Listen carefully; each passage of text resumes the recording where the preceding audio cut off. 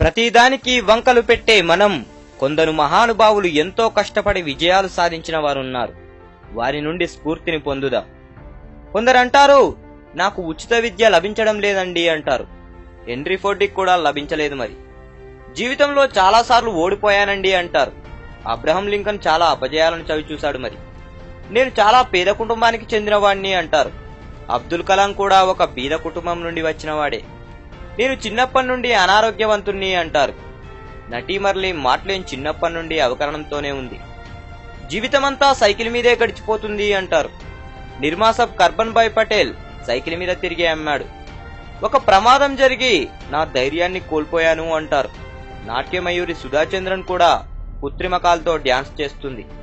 చిన్నప్పుడే మా నాన్న చనిపోయారు, నన్ను చూసేవారే లేరు అంటారు. ఏఆర్ రెహమాన్ తండ్రి కూడా చిన్నప్పుడే పోయారు. కుటుంబ భారమంతా నా మీదే ఉంది, అందుకే ఎదగలేకపోయాను అంటారు. లతా మంగేష్కర్ కూడా చిన్నప్పుడే కుటుంబ భారం మోసింది. నేను చాలా పొట్టివాడిని అంటారు.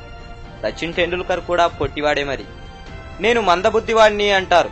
థామస్ ఆల్వా ఎడిసన్ కూడా చిన్నప్పుడు మందబుద్ధివాడే. మరి నేను చిన్న ఉద్యోగం చేస్తున్నాను, దాంతో ఏం చేయగలను అంటారు. ధీరుభాయ్ అంబానీ కూడా ఒక చిన్న ఉద్యోగంతోనే మొదలుపెట్టాడు. నా కంపెనీ దివాలా తీసింది, నన్నెవరు నమ్ముతారు అంటారు. పెప్సికోలా కూడా 2 సార్లు దివాలా తీసింది. నేను ఒకసారి నెర్వస్ బ్రేక్ డౌన్ కి గురి అయ్యాను, ఇప్పుడు ఏం చేయగలను అంటారు. వాల్ట్ డిస్నీ 3 సార్లు నెర్వస్ బ్రేక్ డౌన్ కి గురి అయ్యారు. నా వయసు అయిపోయింది, ఇప్పుడు ఏం చేయగలను అంటారు. Kentucky fried chicken Harland Sanders 60వ ఏట కేఎఫ్సి మొదలుపెట్టాడు. మనం ఉన్న చోటు నుండి ఉన్నతికి వెళ్లాలనే కోరిక ప్రబలంగా ఉంటే మనం వెళ్ళగలం. ఇలాంటి మాటలకు గతి తప్పుతున్న మన బ్రతుకులను మళ్లీ గాడిలో పెట్టే శక్తి ఉంది. కనుక అందరికీ పంచండి. ఒక స్ఫూర్తిని పొందిన ఈ రోజుకు మనం ఒక మంచి పని చేసినట్లే. జై హింద్.